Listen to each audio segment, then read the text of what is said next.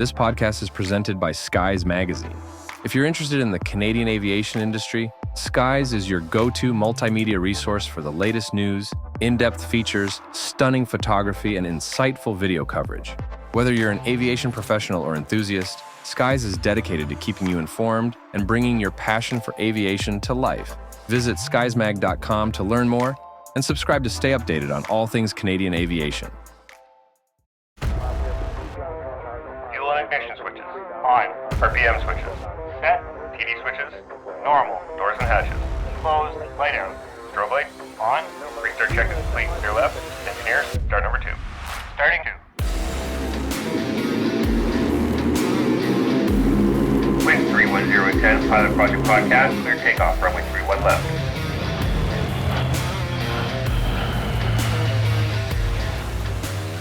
All right, we're ready for departure here at the Pilot Project Podcast, the best source for stories and advice from RCAF and mission aviation pilots, brought to you by Skies Magazine. I'm your host, Brian Morrison, and here with me once again today is my very close friend, Captain Niels Olson.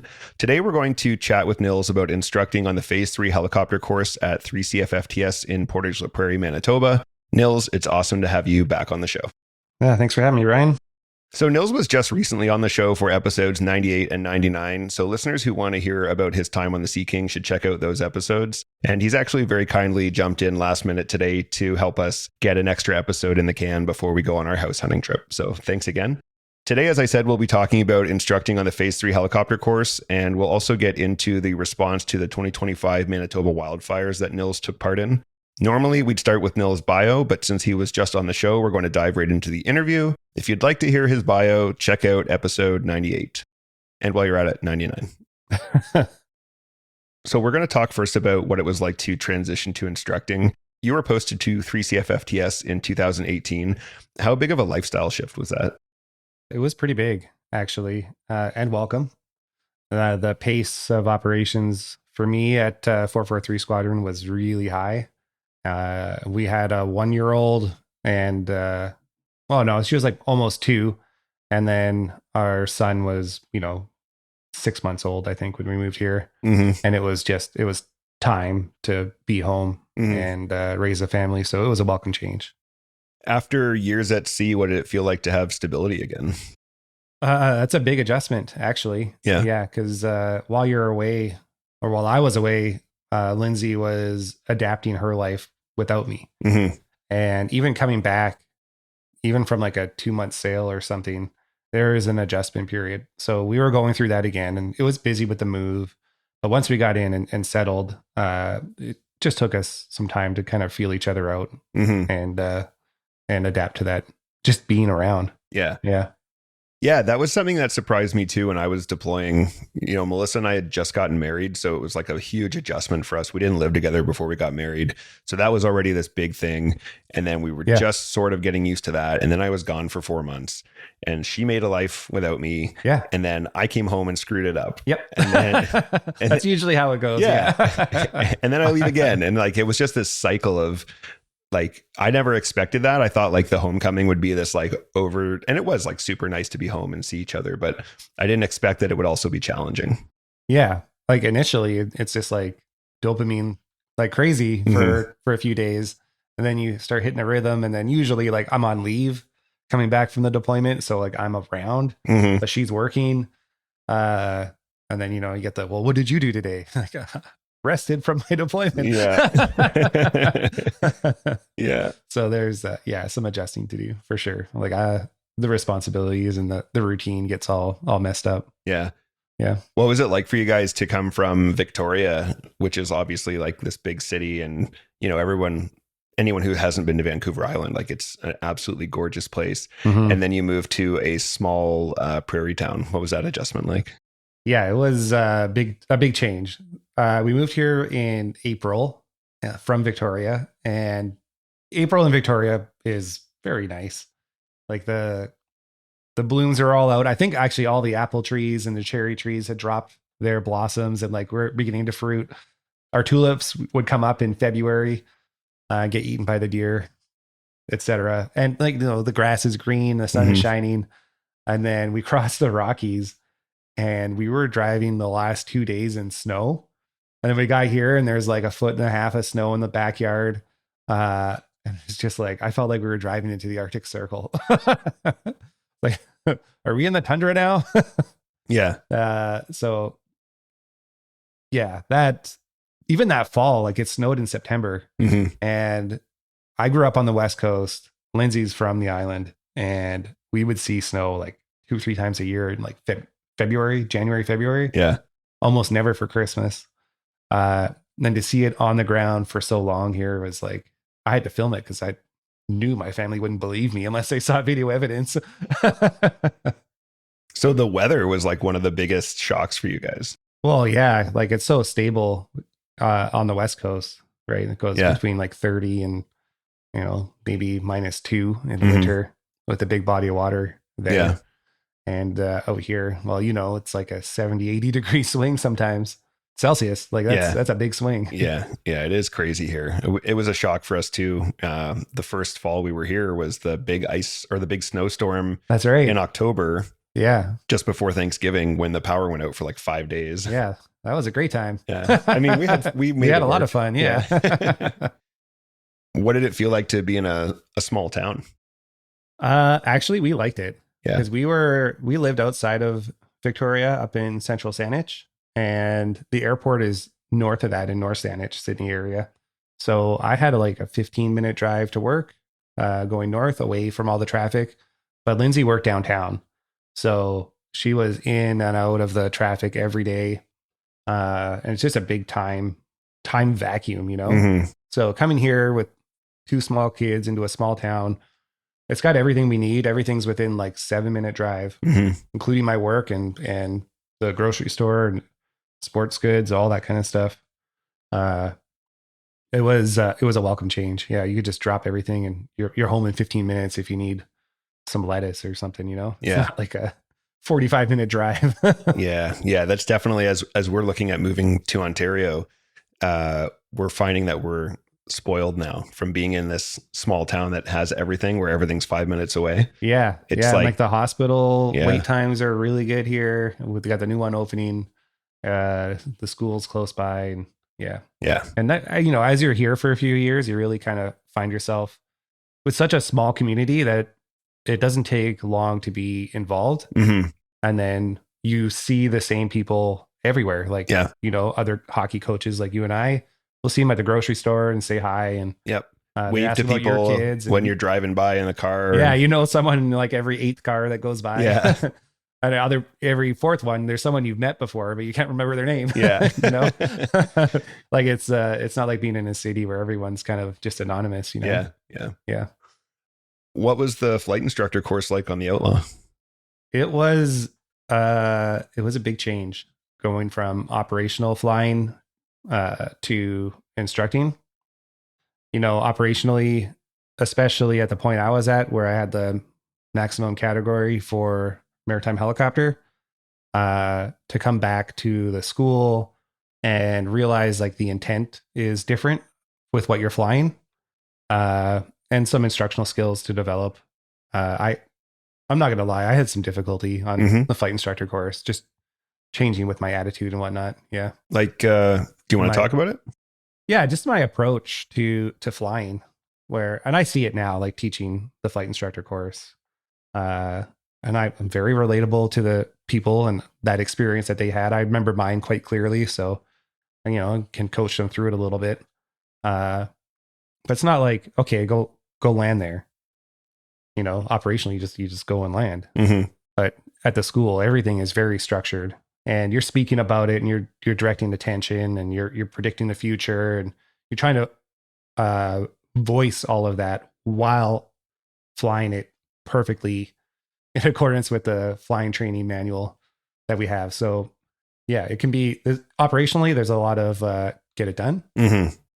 Whereas here it's very, very structured. Yeah. And for good reason too. Yeah. Like I would imagine part of that is that by the time you're operational, like there's a certain baseline of skill, right? So you're not worrying about the very basics. You're assuming those are good to go. And you're there to, like, when you're training, you're literally there to fly. When you're operating, you're flying to accomplish a mission. So the real focus is on the mission. Yeah. And as part of being an aircraft commander is developing the co-pilot, but we don't get, there's no training course on that. Like you're not really taught until you're in the squadron training and readiness. At least that's what we had in 443, where you get some sort of formalized instructor training. But even that, it's really quick. It's like an hour brief and sit down with someone else who's done it for a little bit. Yeah. So the standard kind of, ebbs and flows like that, where it's here, everything's written. It's usually pretty clear. Yeah. Did you find it frustrating at all to move from like a big picture operational mindset to worrying about all the small stuff? Yeah, definitely. Yeah. Definitely. Yeah. Yeah. And like, I was, I'll admit, like I came in here with a little bit of a chip on my shoulder because of the pace of operations I was coming from. It kind of gets sold as a place where you can throttle back a little bit, raise your family, 8 to 4 kind of thing. And I was like, oh, this is going to be perfect. But the pace at which the conversion and flight instructor course progress is quite rapid, especially when you're learning a new airframe. Like half the guys who come here are flying the Griffin, which is a 412, just like we have on that course. So easier transition for some people. But if you go and relearn a whole nother aircraft, there's that extra hill to climb. For sure. And, I was like, you have me from 8 to 4. So if we're flying every day, I'm not getting into the sim at 6 p.m. with the students. Like I'm here to be with my family. And that was a friction point, we'll say, with the instructor staff. Yeah. Yeah. I remember when I was doing my conversion course and I was quite surprised by the late evenings. Like I would be there all day and then I'd be at my desk studying for a few extra hours because same thing. I had to relearn the King Air, which it's not complicated, but it's something new and you want to be good at it. And it was surprising the amount of work that was going into it. Yeah. And typically like I'm a bit of a slow starter. In the flight instructor handbook, we categorize each student. You get plateau or you're a quick starter and then you flatten out, or you're a slow starter and then you kind of take off. I'm definitely in the slow starter category, which can be frustrating for my instructor. But like once it clicks, I like to think that I have a good deep understanding of the many different factors involved. And then like once I get it, I really, really get it. Yeah. It just takes me a little while to get there. Yeah. Have you found in the long term that like those promises were true of like stable schedule and good hours and all that stuff? Yeah. Yeah. There were a lot more student cross countries than I imagined. And, the night flying schedule in the summertime, there are times where you're just weeks on nights. Yeah. And that can be hard because now like you're sleeping all day. Yeah. Like young kids are running around the house and, there's no time for a nap. So yeah, not to mention that it doesn't get dark here in the summer until like 10 or 11 at night. Yeah. And even then you put the goggles on and the sun is right behind the horizon. It's still too bright. Yeah.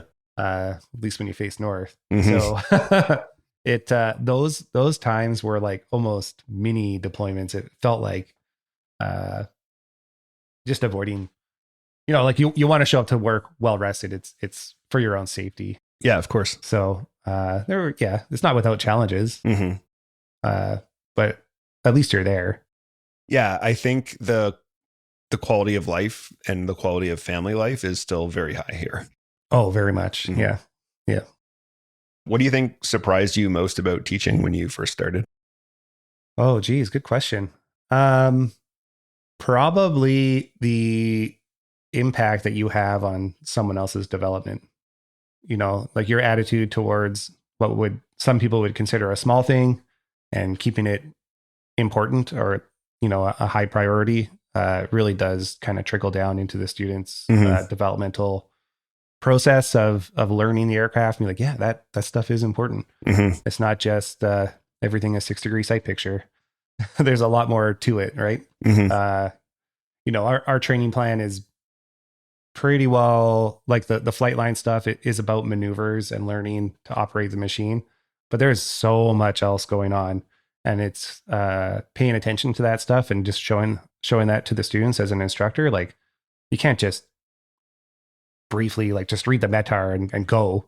Like there's a whole weather thing to brief. You're talking AOIs and one engine and operative kind of stuff and keeping that in their cycle of thinking, kind of in the battle rhythm of going for a flight. Yeah. Yeah. So Nils mentioned a couple things there. METARS is weather observation in this kind of pilot gobbledygook that you have to learn how to read. AOIs is aircraft operating instructions. And you mentioned 6-degree sight picture. Is that the approach path that the helicopter flies? Yeah. So at 3CFFTS for the helicopters, we use a 6-degree sight picture to transition from forward flight to a hover. Okay. So we approach the ground at 6 degrees, which is twice as steep as a fixed wing, which is typically 3 degrees, right? Yeah, I was going to say that might feel steep, if at least for the students coming off the Grobe, or the Harvard. Yeah. So they all fly fixed wing before they come to us. So it feels steep, and without, there's no PAPIs, no lights, and there's no runway. So it is a little bit ambiguous. Yeah. And PAPIs. Yeah. Sorry. That's okay. PAPIs are precision approach path indicator. Something like that. It's fixed wing stuff. Yeah. Yeah. So basically just the depth of the world you were getting into for teaching, and like all the things that, like you said, there's the hands and feet, but there's all the airmanship stuff, all like the things you have to know and be familiar with. Yeah. Yeah. And the environment that you're flying in. And yeah, we were, as a Sea King guy, like over water environment all the time. It was very comfortable, arguably too comfortable in a 412 going over water. I've been flying it for 8 years now, so I've settled into I should not be flying that thing over water. It doesn't float. Yeah. We have some order changes between when I arrived and now too, but yeah, just a different environment that you're flying in, a different cockpit environment with student instructor, which is actually a great environment to, like, the cockpit student and instructor. It's a good, comfortable place to be. Being the guy in charge, I'm sure most pilots like that. We're kind of driven towards it. Yeah. Being in control. Yeah. That's what all the training is driving you towards, right? Yeah. So now you finally feel like you're doing it. Yeah. When you get your max category on your operational unit, and then again, when you're an instructor. Yeah. And there's a lot of trust with a chain of command. Here, you're just authorized for your flight. Off you go. Your limits, play within it, kind of thing. Whereas 443 or MH at the time, you're just so aircraft restricted that every flight and everything that happens on every flight needs to kind of be accounted for. Yeah. Was that because of the demands on a shrinking fleet with like high maintenance and that kind of stuff, or was it more of a leadership style thing? A little bit of both. Yeah. The leadership style is a lot more, at least on my time there, was a lot more close-handed. And like the aging fleet, serviceability, we still had the same number of pilots. We needed to, spread those hours around and make sure that they're very useful. Yeah. I ask because it sounds somewhat familiar to the Aurora world in some ways. Yeah, I think we were at a similar time, both at a time when the CAF was, the budget was getting slashed. Every year it was getting tighter and tighter, and our requirements were increasing. So it was difficult and stressful time for both being a pilot and probably in a leadership position as well. Definitely. I really feel for the leaders at that time who had to, I guess, like almost sell us on the fact like, hey, you've got half as many hours as last year, but we need to maintain the same standards and all stay positive. Like that must've been a really difficult position. Yeah. Hard news to give your pilots who just want to fly every day. And here at the school, like we have lots of aircraft, lots of hours to fly. They're great machines, great maintenance personnel. So really supportive. Yeah, that was probably the biggest highlight. If you like to fly, going to a school is a great way to get in the cockpit for sure. I want to get into some of the kind of in-depth world of teaching. How do you adapt your teaching style for different students? Yeah, there's going to be a time where you're kind of feeling out your student and where they're at. If you're grabbing a student at the beginning and you're taking them all the way up through that phase of the course, it can be, you just kind of naturally fall into it and into their tendencies. But you can tell, some students really want everything to be black and white.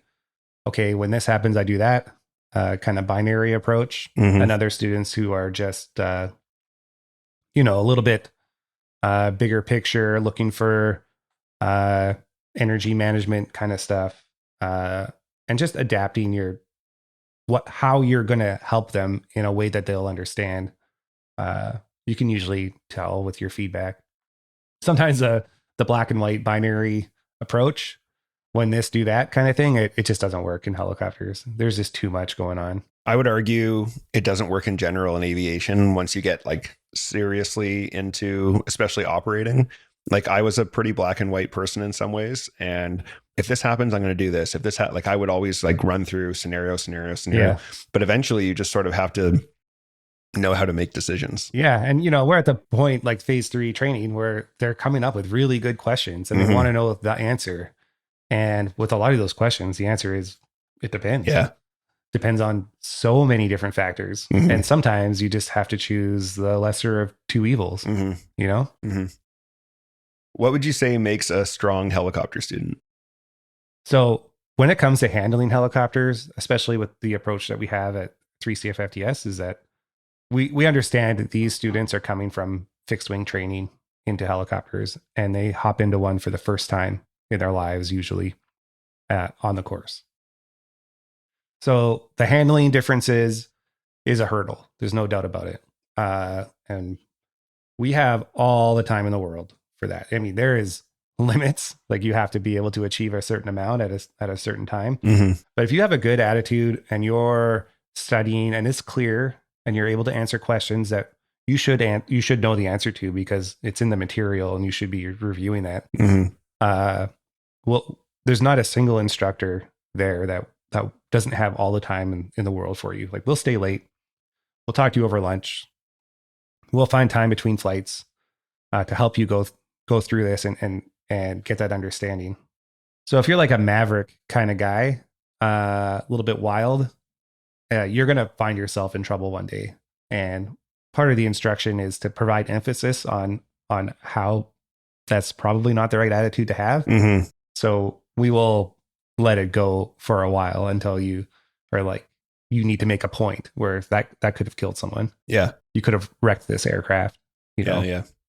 Because that kind of attitude is usually paired with like an overconfidence in their ability. Yeah. And maybe they've done really well so far, so it hasn't bitten them yet, but one day it will, right? Like a pilot needs to be confident, but they also need to be humble. That's right. And I'm sure it's the same on phase 3 multi-engine, the King Air, where, phase 1 and phase 2, you're being taught every step of the way. When phase 3 comes, it's more like a university course where you're expected to do the pre-reading. You're expected to be in the briefing room and tell me about what it is we're doing. And I'll ask some confirmation questions, and then I'll go through it with you to make sure everyone understands what exactly is happening here. We don't want you practicing before the instructor shows you, but if you come in and you don't know, procedure turn timings, IFR, or you don't know what sight picture our transition to the hover is, that's a problem. Yeah, like my philosophy as a student was always basically like I need to know everything I can know up to, but not including doing the actual thing. That's right. Then all the numbers, all the facts, because your brain is going to be so full when you're actually trying to do it that if you don't like know that other stuff cold, you're gonna forget. That's right. Yeah, we try to keep it to like 2 to 3 high emphasis points during the brief where I'll ask some questions at the end, and these are the questions I'm probably going to ask you again in the flight that I need you to regurgitate almost immediately. Yeah. What do you think are common points that students tend to struggle with? For helicopters? So there's so many different phases of flight. So like the initial kind of daytime flying out, you're out in the daytime, you're just visually flying with the ground. The use of ground references and planning your approach path and how you're going to maneuver the helicopter to achieve your goal. It's a very you need a high level of spatial orientation, and projecting things on the ground and lining things up that are not painted on a runway. They're just like this bush and that puddle kind of thing.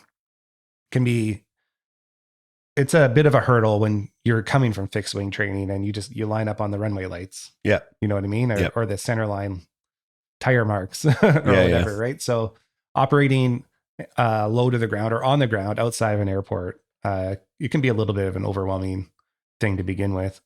And then the pace of the learning, it's quite high, especially once you get into the instrument phase. Like it's your full power, go, go, go. The planning cycle is long. The days are long. There's lots of flying. Every approach and departure is different. The weather changes every day and you really get a good look for it. Yeah. So you kind of run a gauntlet by the end.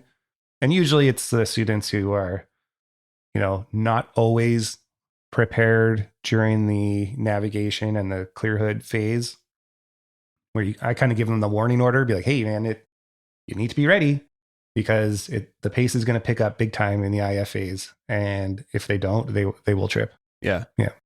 Yeah. I was thinking about that as you were talking about the way they need to show up to a briefing, ready to brief you basically. Yeah. And I was thinking about, I haven't thought about that in a while, but those briefings, just the briefing alone is so much to prepare for. You're doing it every day. And after you do that briefing, you got the flight and then you got your debrief and you need to absorb all that. And then you need to study to get ready to do it all again the next day with something new. It is a lot and it can be exhausting. And that's one of the things that we teach on the flight instructor course, is to keep the briefings broad, get specific where you need to. But the last thing you want to do is have an hour and a half brief and the poor student is just exhausted and you haven't even hit the starter yet. Yeah. So yeah, managing the time or spreading the brief well in advance of the flight, so there's some break and which I found really challenging when I was on the instructor course, especially if you had like a complex, like one of the first instrument flights, and there's like so many things you're supposed to review, but you're also not supposed to be more than like 45 minutes to an hour in the brief. Yeah, that is exactly where I struggled on the flight instructor course, where it's like, you do your brief, you're like, okay, I kept it to 30 minutes. And then your debrief point that was too short. You need to get all this material in there too. So the next day you go and hit all that material and your debrief point is, that was too long. Yeah. Like, well, what do you want from me? Yeah. You've talked a bit about like one day you emphasize if the student has a problematic attitude or habits or something, that one day you emphasize a point when they do something to teach them the lesson. Yeah. How do you balance safety with letting students learn from mistakes? Yeah. I mean, your own personal limit does play a big role in that, of what kind of risk that you're willing to accept. Obviously you have the aircraft limits, which will not be exceeded. And, there's some aerodynamic effects that you don't really want to play around with at all as well. But, a couple of thousand hours in the driver's seat and you tend to be a little bit more comfortable. It's important to maintain a sense of composure for when things do get a little bit outside of the envelope of what we would call the standard maneuver, so that they're confident that you're able to correct. Yeah. Yeah. I remember on the Aurora fleet, one of the big things is like the best mentors were people who had this, and it's a very difficult skill to develop. It just comes with time and experience, I think. The skill of we used to say giving you enough rope to hang yourself, but not actually letting you. Yeah, exactly. And our training plans are designed for that as well. So, we use a 1 to 5 rating scale, and those are defined. And 5 being like that was flawless, and 1 being like you would have died. So we kind of grade within that 1 to 5 thing, and then initially every maneuver, like you need a level 2, which means that the instructor can be there with you, moving the controls for you, talking you through it just enough so you don't die. But maybe you were unable to do it, but you didn't put us in a dangerous spot. That's like a level 2. So as a course progresses and you get more chances to practice that, the levels get up, and that requires the instructor to start to back off and allow the student to self-analyze and correct any of their errors.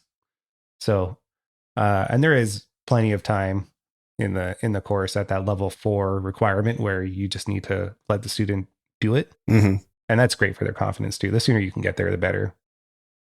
What do you think is the most rewarding part of instructing? Yeah, I knew this question was coming. It's the same. It's probably every other instructor that you have interviewed. Most people find it really rewarding. I found it most so when I first started instructing as a CCAT, even looking over at the student, giving them their good point, bad point, tip to improve, and like really seeing that register, and then go practice again, and they're doing the tip that you gave them and avoiding the error that they did last time. Mm-hmm. And it's just like, wow, this works, and it's fast. And because they're listening and you're employing your instructional techniques properly, it's allowing them more reps of that same thing so that they just get better and better and better. It's kind of like a compounding effect. Yeah, it is. As an ACAT now, like my instruction is usually for the staff. So it is a bit different. That jump from like a BCAT line instructor to ACAT flight instructor course instructor is big. It's like learning all over again. You really start paying. So how do I say this? This is how I tell the guys on the flight instructor course, like your job up until that point in their career has been to fly the helicopter. Your job now is the person sitting beside you is teaching them. So yes, you're responsible for the helicopter or the aircraft, whatever it is, but your main focus is the person beside you, making sure that they're looking in the right places at the right time, that they're gathering the proper information, and that they're able to generate and execute a plan. So a lot of people inherently go into this with, I'm just going to fly the helicopter like I always do. And it's easy to forget that your job is not necessarily the helicopter. Your job is the person beside you. Then when you go to ACAT, your job is to teach the person that it's no longer their job to watch the helicopter. You know what I mean? It just goes like, and you play these games with Inception kind of, okay, which kind of level are we at? I'll play a student. Yeah. They're learning instructing. So I pretend to be a student, make mistakes, and then they debrief me like I'm the student. Then I debrief them, and it goes back and forth. And there can be like 5 layers of this. Yeah. Especially when you're teaching someone else to ACAT. So now they're pretending to be a student, and I'm the instructor, but I'm a bad instructor, and they're teaching me, but then I'm teaching them. Yeah. Yeah. So it goes back and forth. It can be really confusing. Yeah. But I like that. I guess the rewarding part for me now is developing a good instructor and keeping them on the rails. You know, everyone comes in with a wealth of knowledge, like just a treasure trove. Everyone has a unique experience. We have multiple communities coming here, and they have a lot of information, a lot of really good information that they want to impart on their student. And that's a wonderful attitude to have. And we want the students to absorb as much as they can. The trouble is we can't use their flight time to do that. You know, you got to save some of those stories for when the engine's not running. And while the engines are running, you really need to stay focused, which can be challenging for some people. Yeah. Especially ones who like to talk. Yeah. Yeah. I wouldn't know anything about that. Yeah. We've talked a little bit about different categories. How does progression through instructor categories work? Oh, yeah. So there's 3 categories of flight instructor. While you're on the flight instructor course, you're a candidate, just like you are on phase 3. Like you don't have your wings yet. You're not a QFI yet, qualified flight instructor. When you're done the flight instructor course, you're awarded your CCAT QFI qualification, qualified flight instructor.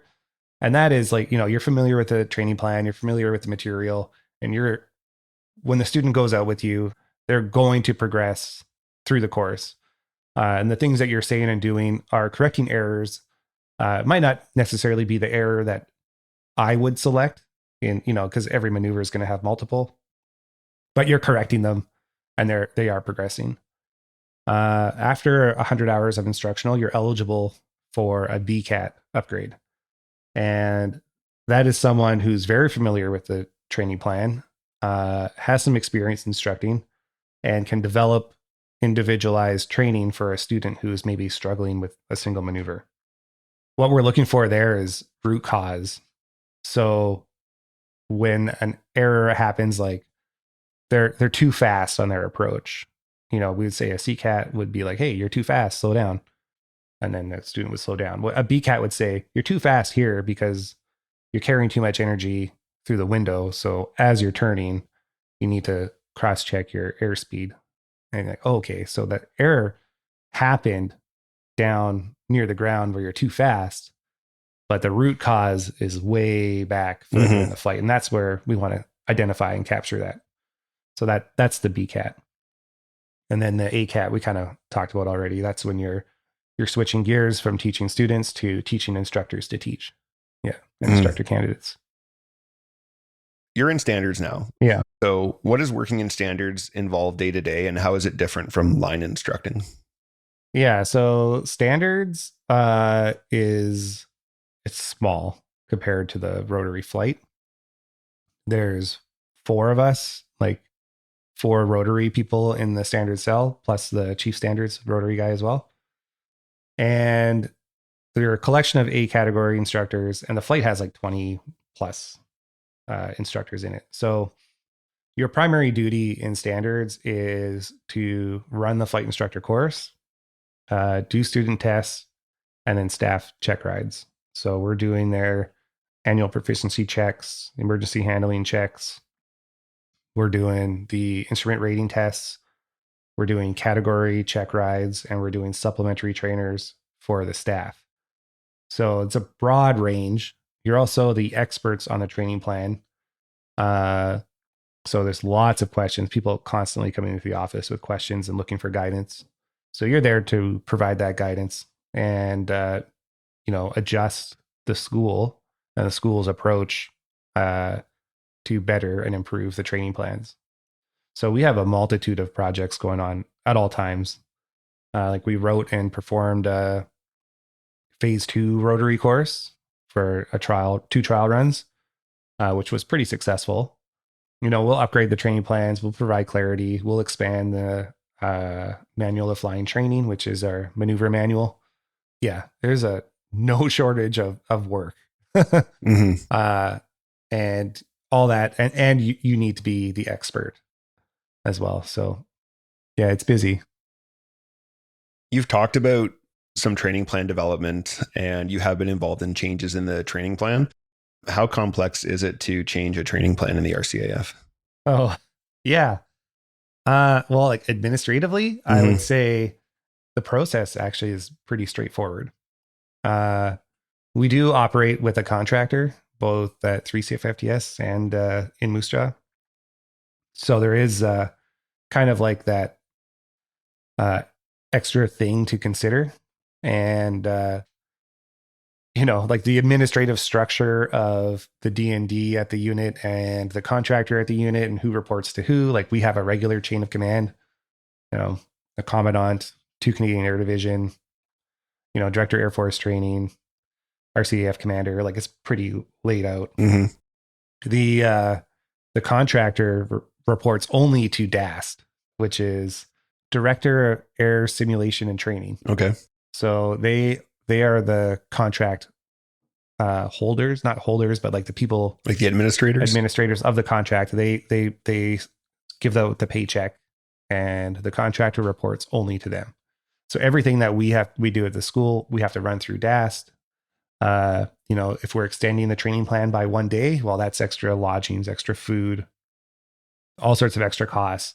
We want to extend the course time so they have more time in the helicopter. Like that's more money that DAST has to pay out, and they have to go through their whole thing, public service procurement in Canada, to get more money released, et cetera, et cetera. So it's a complicated thing, and there's a lot that happens kind of outside the scope of the school for making a training plan change,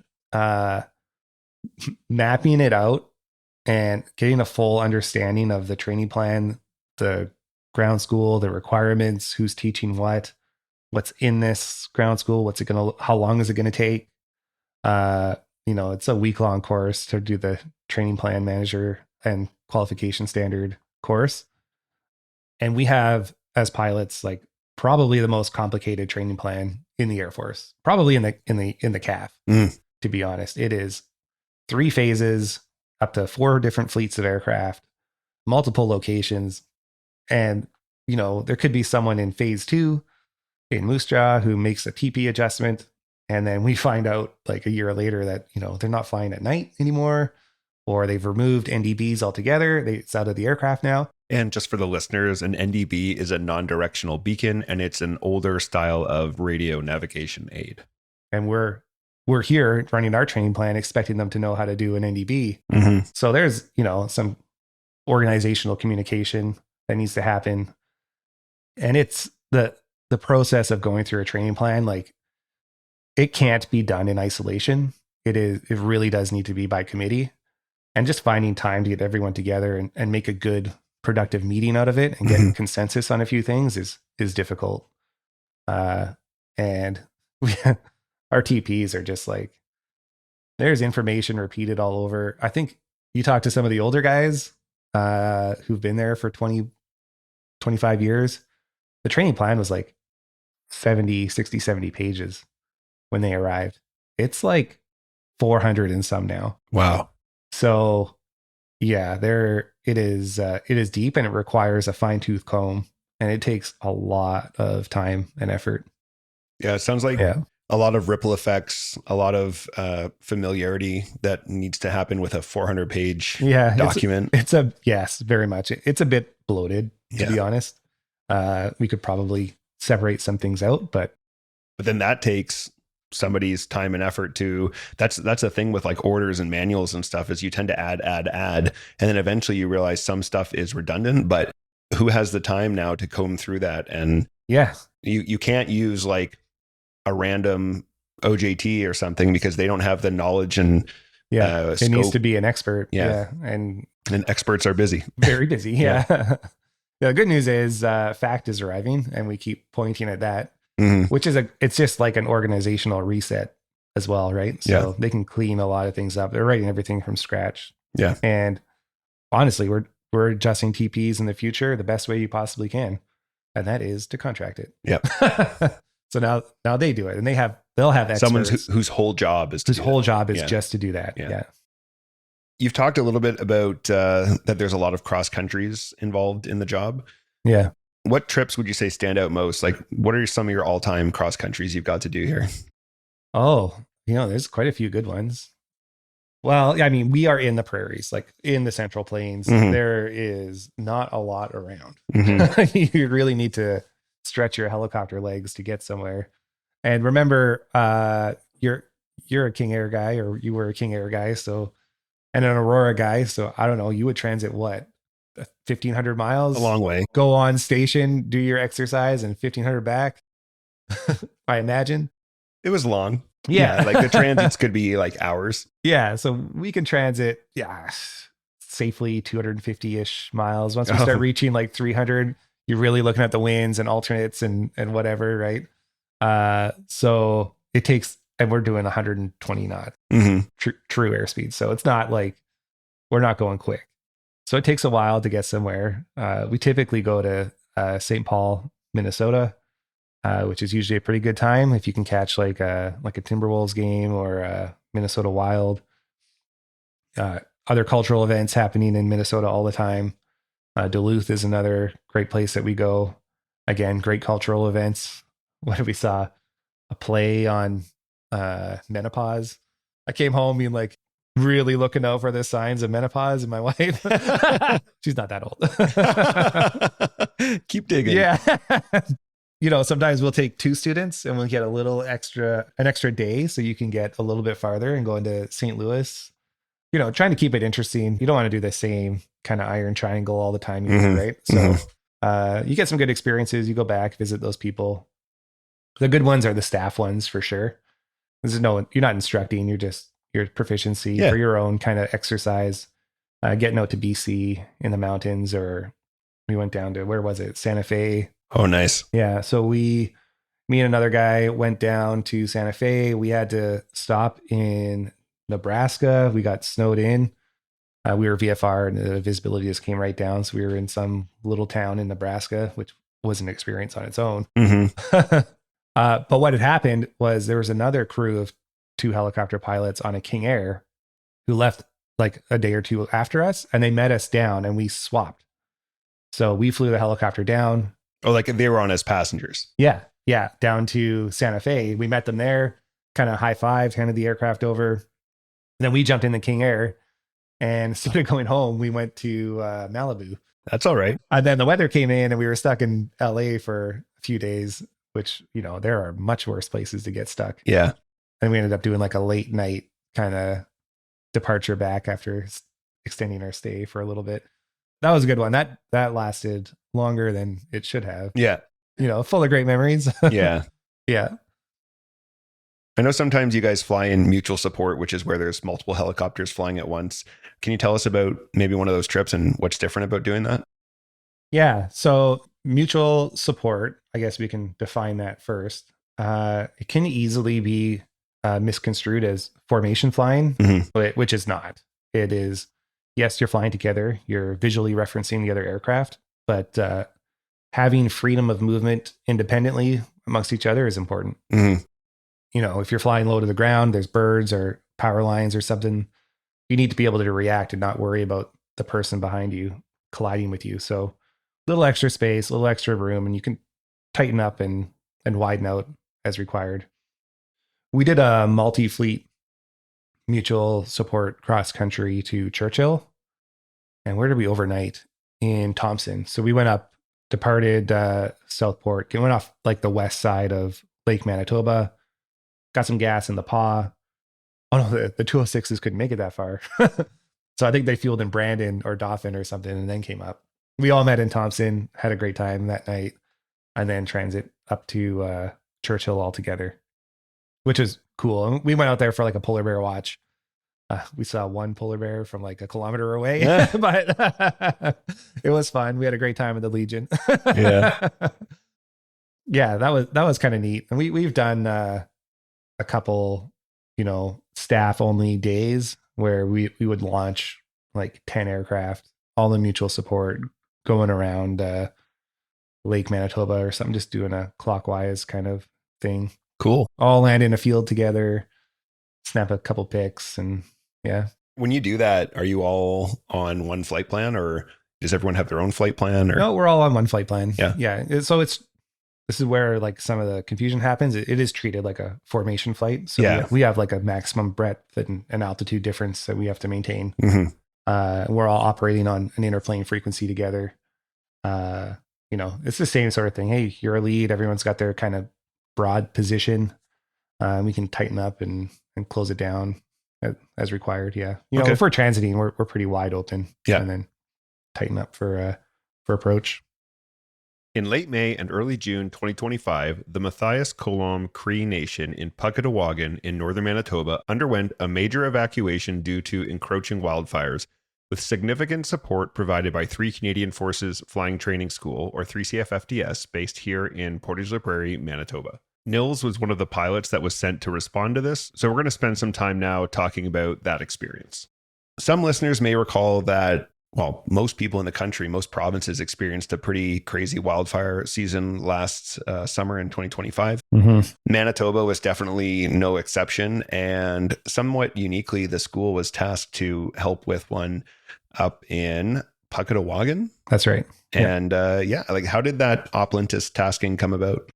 It was Friday and I was on first launch, and I was in a briefing room with the FIT candidate, and then he just out of nowhere tells me, "Hey, I heard first launch might be canceled." And I was like, "What?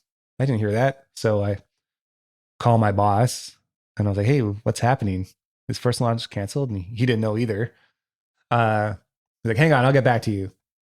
I'm like, okay, anyways, let's continue with our brief, thinking that it's just a bunch of it's a rumor. Yeah, a rumor. You heard something. Yeah. And then he calls me back. He's like, "Yeah, it's canceled." And I was like, well, "What's happening?" Is that the school has been tasked to go to Puckatawagan to help evacuate the town. And it turns out, so there's a big wildfire up there, and I don't think there is a road. I think it's just a railroad that goes up there and an airport. The railroad was burnt out, and the airport was also on fire. So the fixed wing couldn't get in. It's a small gravel runway. It's tight with trees around. It wouldn't support like a Herc or anything. It's much too small.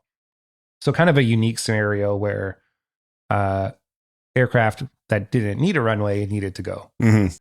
We were by far the closest asset, rotary asset for the Air Force. So we got tagged to do it. And it was supposed to be like a 1 day kind of thing. Like we'll get out to the PA, grab our gas there and start running some people in and out of town, which is it's like maybe 90 miles, 80, 90 miles away. So we would just start transiting people for 1 day until some Star Griffins, 408, and then Chinooks are on the way as well. So once the Chinooks show up, they take like 40, 50 people a chalk and they can just run them out real quick. And so we're packing for like a 1 night. And I was like, you know what? I'll bring a couple extra socks and underwear, which is very good thing we did. That's experience talking. Yeah. Yeah. And I was with Matt Elliott, who was he's a pipeline instructor. So he didn't have an operational tour before he instructed with us. So he had never experienced anything like that before. So it was nice to have someone who's a very competent pilot, smart guy, and he's super eager for the experience. And you can really, there's lots of value in that attitude. So we're running people, and then we're very successful in the Outlaw. We have some kit that other aircraft, RCAF aircraft, don't have, like AIS, ADSB. These are all fancy terms for, we have an iPad that shows us other traffic, and we can talk to each other. We know where each other are. The military aircraft, because we're civilian, the aircraft they don't have some of that kit, so there are some challenges there. And there were a lot of civil aircraft flying around doing their own evacuations, a lot of bucketing. So like for firefighting? Firefighting, yeah. So Chinooks, civilian Chinooks and other rotorcraft out there. See, we were there. The Twin Otter came from Yellowknife. The Coast Guard was there.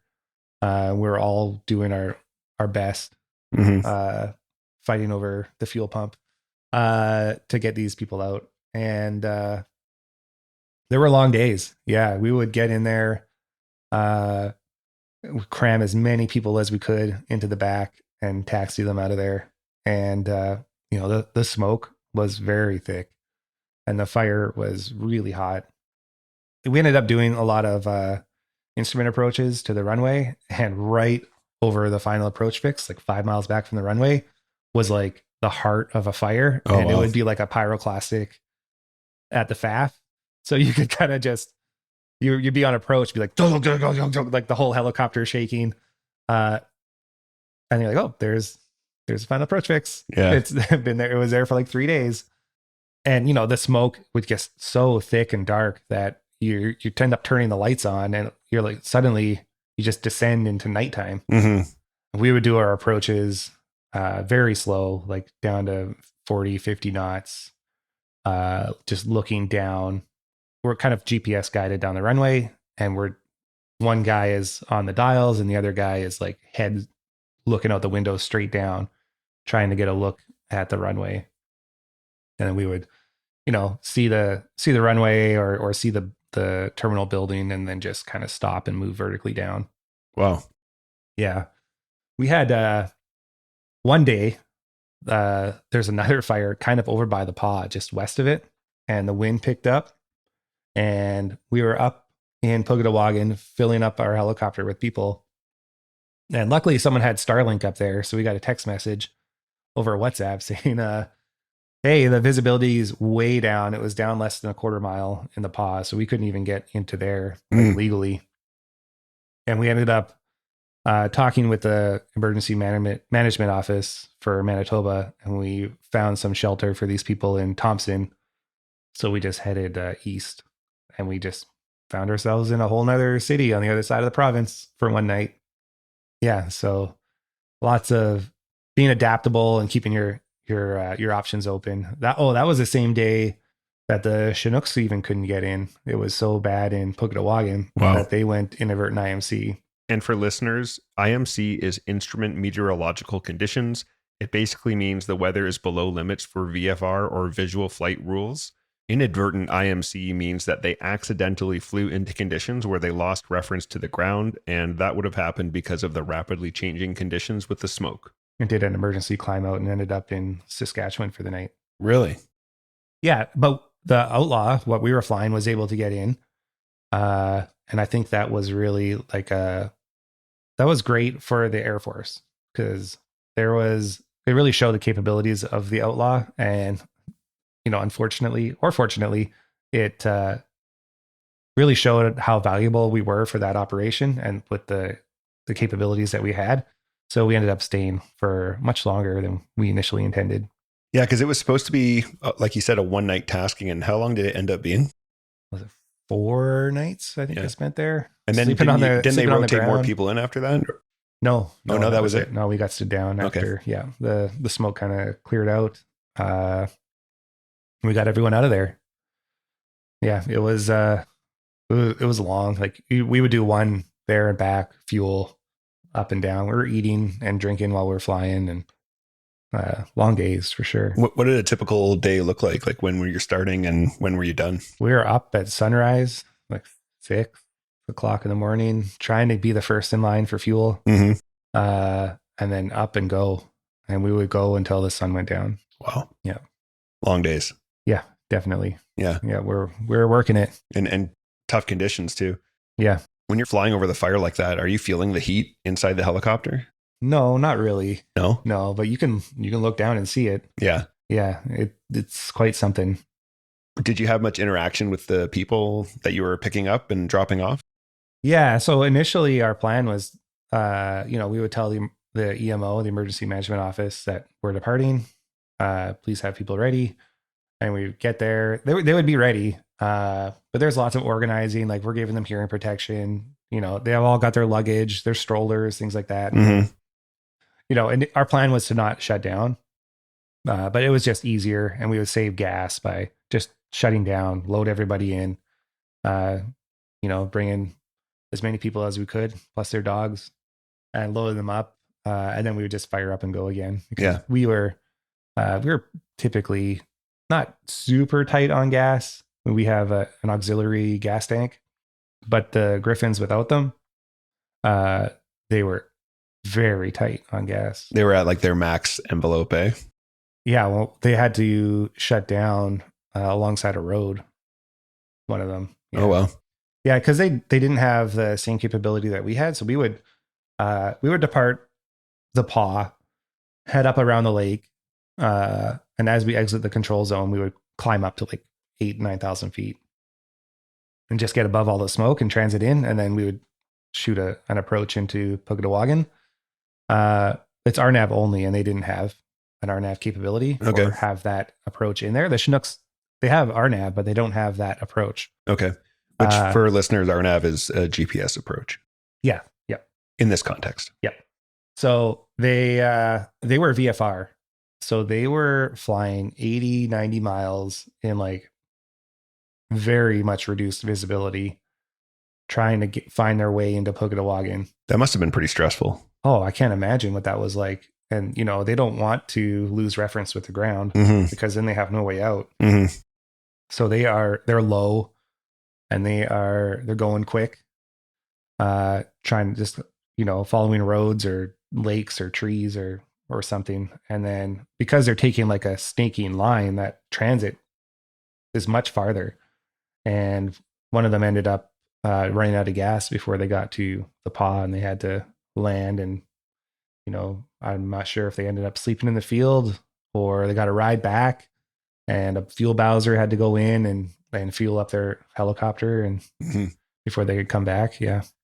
But I mean, that's what you do, right? When you're saving lives, like you push it to the max envelope, and they got more people out that way. And that's the cost of doing business sometimes. Like everybody was still safe at the end of the day. Yeah, that's right. Yeah. And they wouldn't do it they wouldn't take unnecessary risks. Right. Yeah, for sure. Yeah. When we were in Pukatawagan, like the fire was right there. The airport's all charred, covered in ash, which was a hazard in itself. Mhm. Like our first approach in there, we're a helicopter, 10,000 pounds, and it's got quite a bit of downwash. And if a place has just been covered in ash, like it is going to pick it all up and recirculate it. So there was, lots of reduced visibility. Yeah. What was it like to see all these people like who are, losing their homes, having to get evacuated? There's a lot of empathy coming out, right? Like you can't imagine having to do that with your family. Like you got your whole life packed up into a suitcase and you're going on to some helicopter who's hopefully taking to the place that you think you're going, which didn't happen for the people that we picked up when we went to Thompson. So, a lot of them came to Portage actually, and your wife and my wife were helping out with that. And it was good. We did our evacuation, and then we took some time to go up there to the Canadian, the hotel where they were staying at here, and just volunteer a little bit more of our time to help these people who are in another town and a whole nother world. Everything got flipped upside down for them, and just show them some empathy and engage with them there. Yeah, that was a crazy time for our town. Like it was all hands on deck. Yeah. Who can help? Who's got medical knowledge? Just categorizing and trying to organize and even just figure out who was where. And, people are looking for their relatives and all this crazy stuff. Yeah. And, my job was to pick them up from A and bring them to B. And then I don't know I don't get their names or anything.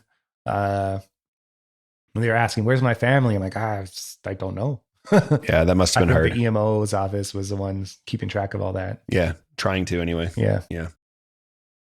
So we're getting ready to wrap up here. I know that when I was an operational pilot and the opportunity would come around, hey, who wants to get posted to Portage? And it was like everyone was hiding under their desks. Yeah. I feel like when you're an operational pilot, you think that's like all you want to do. Yeah. How would you explain to people who maybe feel that way, like the benefits of being in Portage? Yeah. Everyone is seeking meaning in what they're doing, right? So when you're operational, like you have a very clear prerogative. Like you are operational, you're the pointy tip, whether you're doing search and rescue or anti-submarine warfare or your tactical helicopters. And you get comfortable in that environment and you enjoy accomplishing what you're set out to do. And when you hear the word, go to a school, you're like, oh man, like there's no meaning there initially. But it is rewarding. It really is. There's lots of opportunity to have an influence on other people. There's a lot of opportunity to grow as a pilot. Really, like some of the skills that we teach are not naturally developed on an operational unit. And then if you're like, you want to go teach in your operational unit at the operational training fleet, then, coming to a place like Portage to learn instructing, and then taking that knowledge either back to your unit or to your OTU is a great asset for the Air Force. You will have a lot of knowledge to bring back. And, you're shaping young minds here, but you are becoming a master at your trade. And there's a lot of value there too. Yeah. And that's kind of the professional side. What about the personal side? Oh, personally, like it doesn't get much better. You're typically Monday to Friday, 8 to 4 kind of thing. The pace of life is good.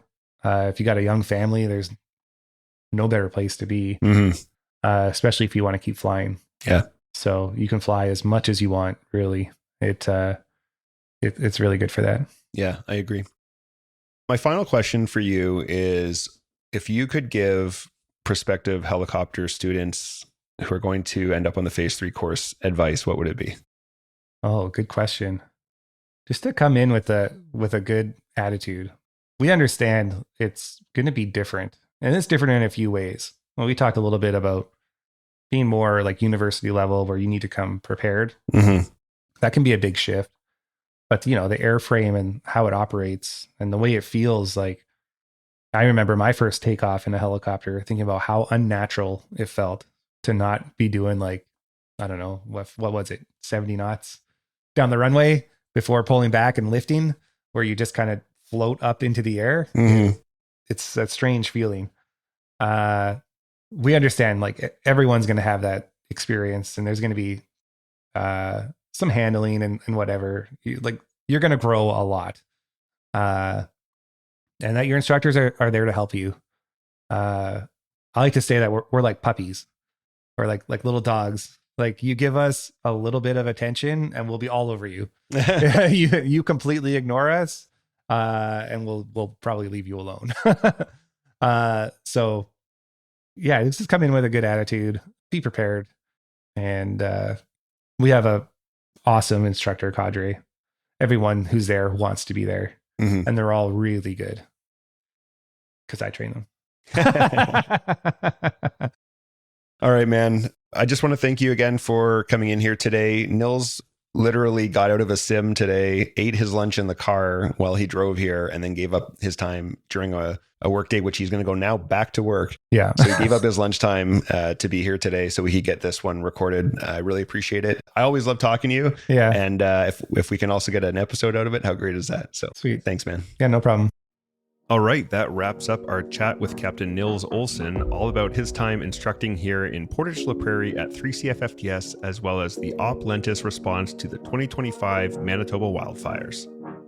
For our next episode, we'll be sitting down with Captain Troy Clark, a CH-149 Cormorant pilot, instructor at 3CFFTS, all-around great guy, and to boot, the person I bought my house from when we moved here to Portage. Do you have any questions or comments about anything you've heard in this show? Would you or someone you know make a great guest, or do you have a great idea for a show? You can reach out to us at thepilotprojectpodcast@gmail.com or on all social media at @podpilotproject. And be sure to check out that social media for lots of great videos of our RCAF and mission aviation aircraft.